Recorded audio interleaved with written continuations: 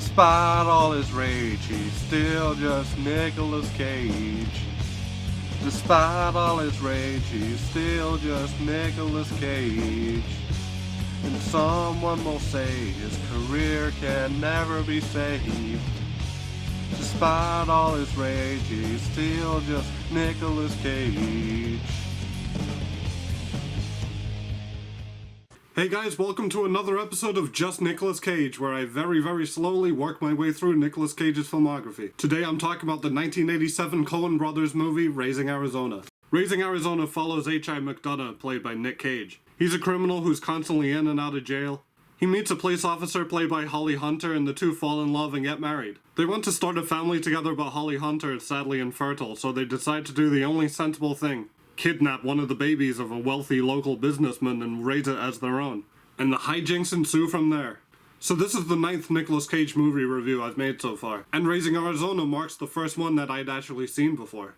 I watched this movie when I was about 15, 16 or so, give or take, and my friend introduced me to a bunch of Coen Brothers films. And after watching ones like Fargo and Big Lebowski, I just thought, these Coen Brother guys are great, I want to work my way through all of their films. One of which, obviously, being Raising Arizona. And I definitely liked it when I saw it, but after rewatching it for this, I can say I really like this movie. So let's start with Nick Cage. I really like his character of H.I. or Hi McDonough. Yeah, he's a felon that steals a baby, but you root for him. I really did feel his struggle. He's trying to do the right thing, but all these crazy circumstances rope him back into the crime life. Nicolas Cage is charming, funny, and lovable here. And on top of that, he does play the role quite subdued, for him anyway. He doesn't do any freakouts here, and he's actually one of the most grounded characters in the movie. I actually also really like the way the character talked in terms of dialogue. He's kind of dim-witted, but the stuff he comes out with is like profound poetry at times. Apparently Nicolas Cage and the Coen Brothers kind of butted heads a little bit on set. Apparently Nick Cage was constantly talking to the Coen Brothers about ideas that he wanted to bring to the table and add to the character. And I guess that's not how the Coen Brothers work, they just operate with their own vision. But I'd still love to see Nicolas Cage in another Coen Brother movie in the future, that'd be great. Like many other Coen Brothers movies, this one has a lot of colourful, larger-than-life side characters. Frances McDormand is great as always. Chandler's boss from Friends plays her terrible racist husband. John Goodman plays another convict that broke out of jail and just starts living with Cage. John Goodman is really good in this, actually.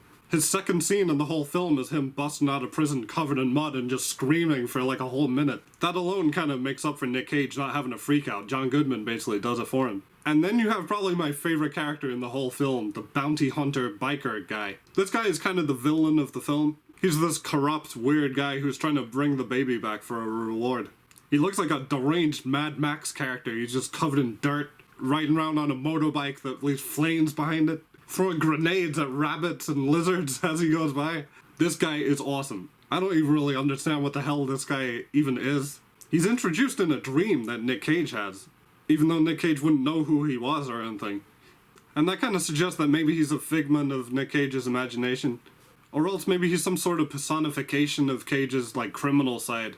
Or some sort of Tyler Durden figure. Or maybe he's some sort of demon from hell. Or maybe he's just a crazy biker bounty hunter. I don't know. All I do know is I was completely captivated every time this guy was on screen. And when you think about it, a lot of Coen Brothers movies do have this kind of mysterious assassin bounty hunter type guy.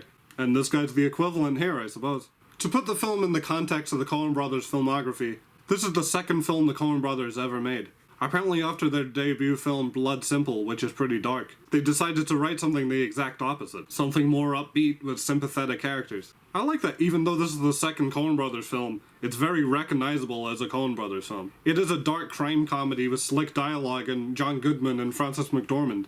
I've seen Raising Arizona described as being like a cartoon but come to life as live action. And I can see that. There's something very wacky races or Wile E. Coyote about it.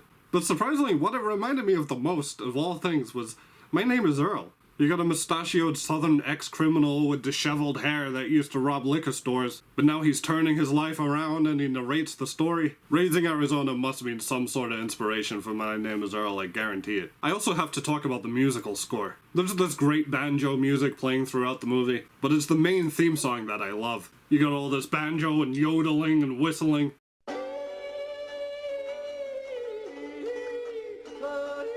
It is the perfect song for the vibe of this movie. It's also like the ultimate wacky chase music song too.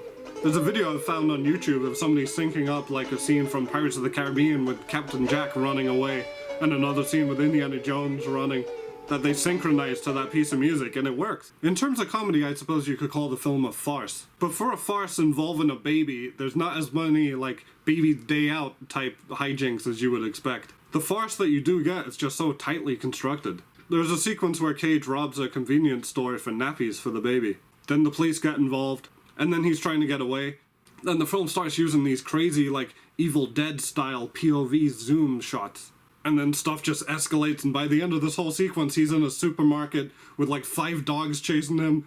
And there's moments like that where you don't particularly laugh out loud, you just sit back and go like, fair play for even constructing this. Another part I thought was really creative was a fight scene between Cage and John Goodman, where they're trying to fight each other inside a trailer.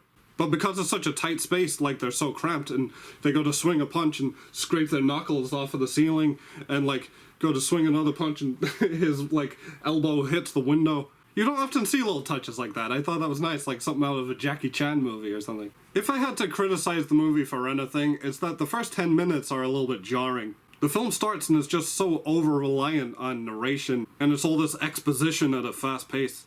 It just breezes past everything, and you want to go, slow down, I want to see how this played out. I guess they're just trying to get the prelude out of the way to get the ball rolling in terms of the story, and I respect that. Kind of like the intro to Up, but like way less depressing. And even thinking about it now in retrospect, I like how this movie started. I'm just nitpicking. Overall, I really like this movie.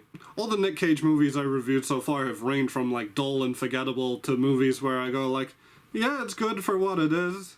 But this is the first one where I think it's a legit great film.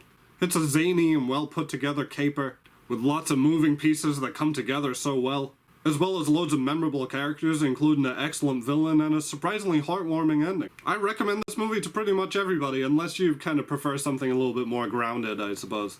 Because it does get pretty out there at times. So up next is the movie Moonstruck, and until then, thanks for watching.